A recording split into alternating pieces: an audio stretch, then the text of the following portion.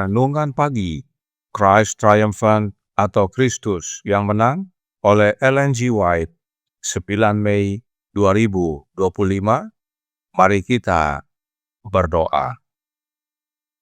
Bapa kami yang di sorga, Allah pencipta langit dan bumi, laut dan segala isinya, Allah yang maha besar, maha kuasa, sumber segalanya, yang kami sembah selalu melalui anak-Mu yang tunggal, Yesus Kristus.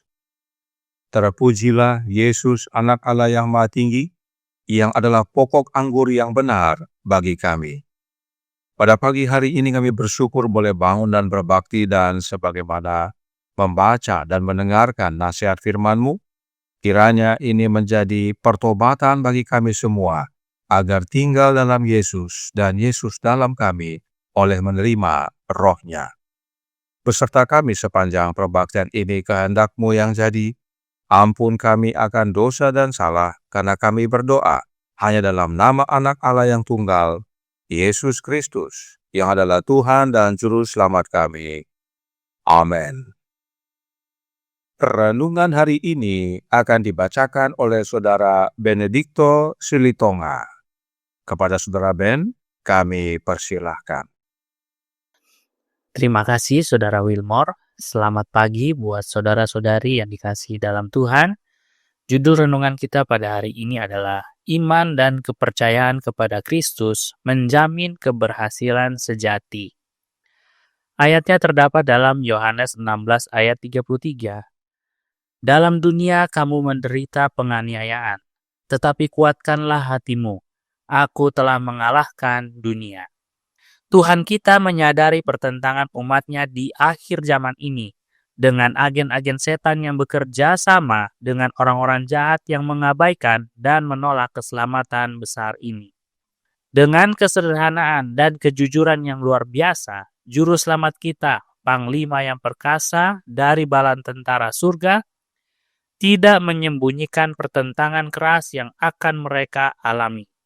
Dia menunjukkan kepada kita rencana pertempuran dan pekerjaan yang keras dan berbahaya yang harus dilakukan, dan kemudian mengangkat suaranya sebelum memasuki pertentangan, memberitahu kita untuk menghitung biayanya, sementara pada saat yang sama mendorong semua orang untuk mengangkat senjata peperangan mereka dan mengharapkan pasukan surgawi untuk mempersiapkan pasukan perang dalam membela kebenaran dan keadilan.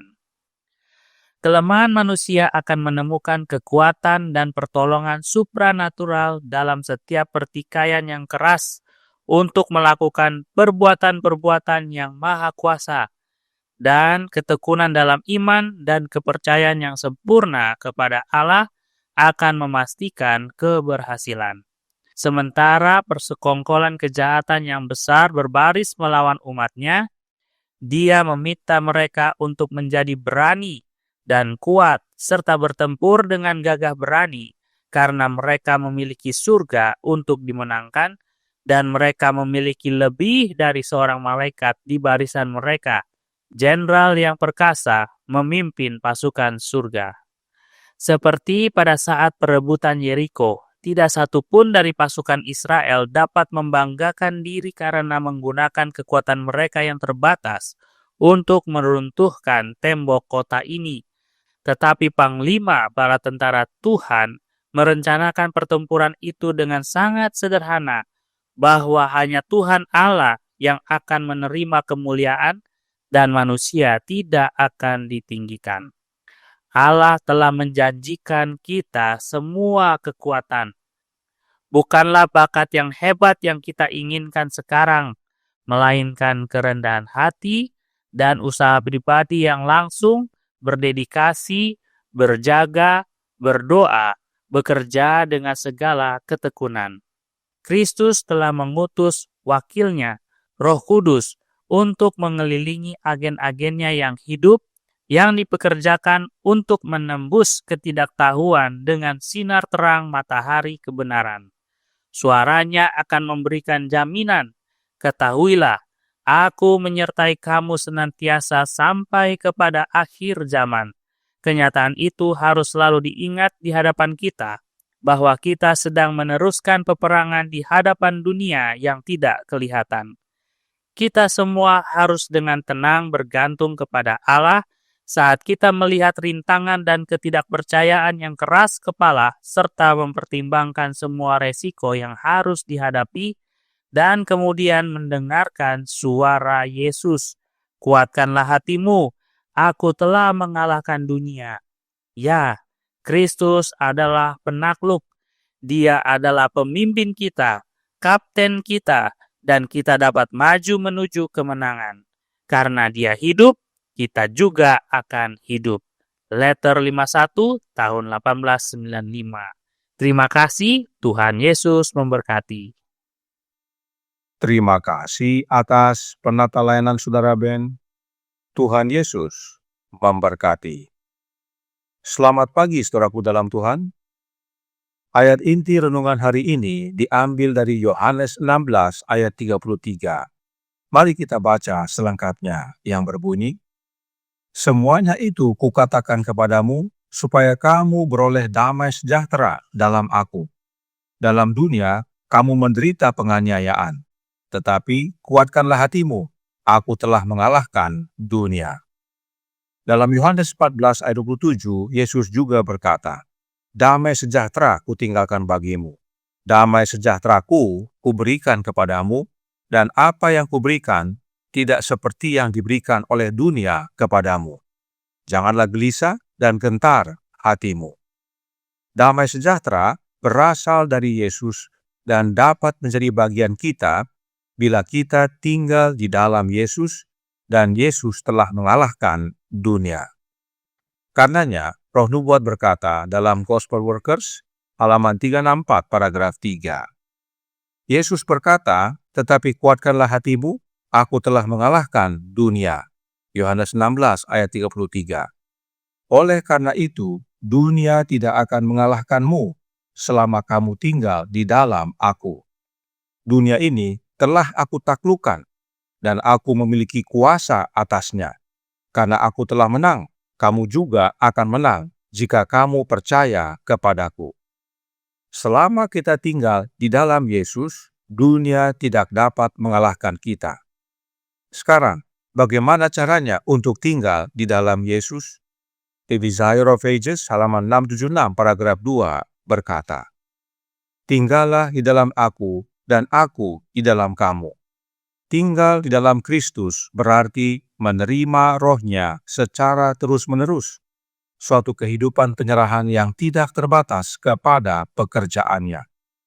Tinggal di dalam Yesus artinya selalu menerima Roh-Nya Yesus. Itu sebabnya masih dalam buku yang sama dikatakan dalam halaman 676 paragraf 1. Persatuan dengan Kristus ini setelah terbentuk harus dipertahankan. Kristus berkata, "Tinggallah di dalam aku, dan aku di dalam kamu." Sama seperti ranting tidak dapat berbuah dari dirinya sendiri kalau ia tidak tinggal pada pokok anggur. Demikian juga kamu tidak berbuah jikalau kamu tidak tinggal di dalam aku. Ini bukan hubungan yang biasa. Tidak ada hubungan yang putus sambung. Ranting menjadi bagian dari pokok anggur yang hidup. Hubungan dengan pokok anggur yang hidup tidak bisa putus sambung. Hubungan dengan pokok anggur yang benar sekali terbentuk harus dipertahankan. Sebab jika ranting terputus dari pokok anggur yang benar, maka ranting tidak dapat hidup. Itu sebabnya masih dalam halaman yang sama dan paragraf yang sama dikatakan, Yesus berkata, "Kamu tidak dapat hidup kalau terpisah dariku. Kehidupan yang telah kamu terima dariku hanya dapat dipertahankan melalui persekutuan yang terus-menerus. Tanpa aku, kamu tidak dapat mengatasi satu dosa pun atau menolak satu godaan." Ini adalah kebenaran yang wajib diketahui oleh semua umat Allah, bahwa di luar Yesus kita mati. Itu sebabnya hubungan dengan Yesus sekali terbentuk harus dipertahankan. Dan itu adalah dengan menerima Roh-Nya Yesus secara terus-menerus. Sebab tanpa Yesus, kita tidak dapat mengatasi satu dosa pun. Inilah rahasia keberhasilan sejati. Itu sebabnya renungan hari ini berkata dalam Christ Triumphant, halaman 136 paragraf 4. Bukanlah bakat yang hebat yang kita inginkan sekarang, melainkan kerendahan hati dan usaha pribadi yang langsung, berdedikasi, berjaga, berdoa, bekerja dengan segala ketekunan. Kristus telah mengutus wakilnya, Roh Kudus, untuk mengelilingi agen-agennya yang hidup, yang dipekerjakan untuk menembus ketidaktahuan dengan sinar terang matahari kebenaran. Suaranya akan memberikan jaminan. Ketahuilah, aku menyertai kamu senantiasa sampai kepada akhir zaman. Kenyataan itu harus selalu diingat di hadapan kita bahwa kita sedang meneruskan peperangan di hadapan dunia yang tidak kelihatan.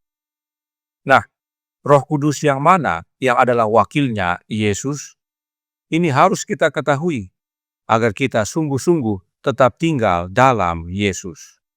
Suratnya nomor 18, tahun 1895, paragraf 12 menjawab. Roh Kudus adalah Roh Kristus. Itu adalah wakilnya.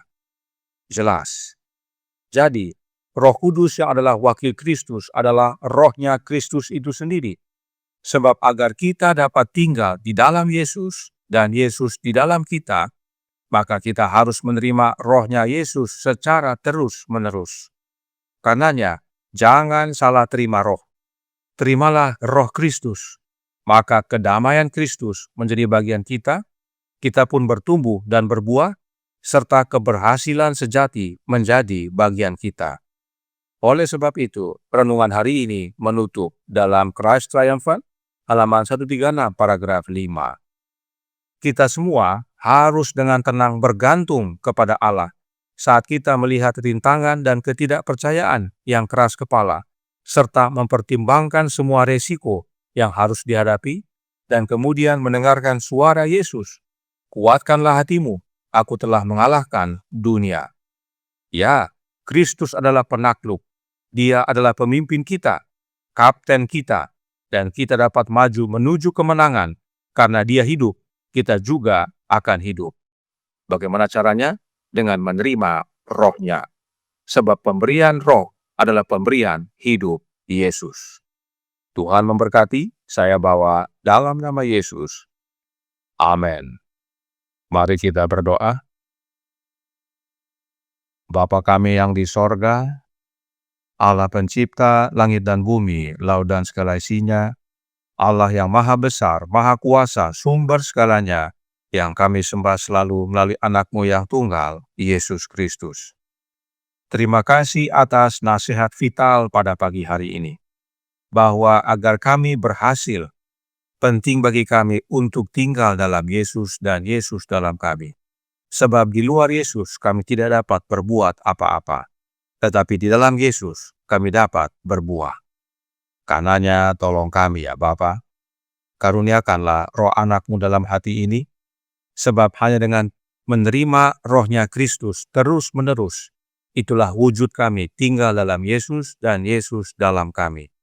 Maka tidak hanya damai sejahtera menjadi bagian kami, tetapi kami pun mengalami keberhasilan sejati, kemenangan yang dapat kami peroleh, sebab Yesus telah menang dan mengalahkan dunia ini. Beserta kami sepanjang hari ini kehendak-Mu yang jadi, ampun kami akan dosa dan salah, karena kami berdoa hanya dalam nama Anak Allah yang tunggal, Yesus Kristus, yang adalah Tuhan dan Juru Selamat kami. Amin.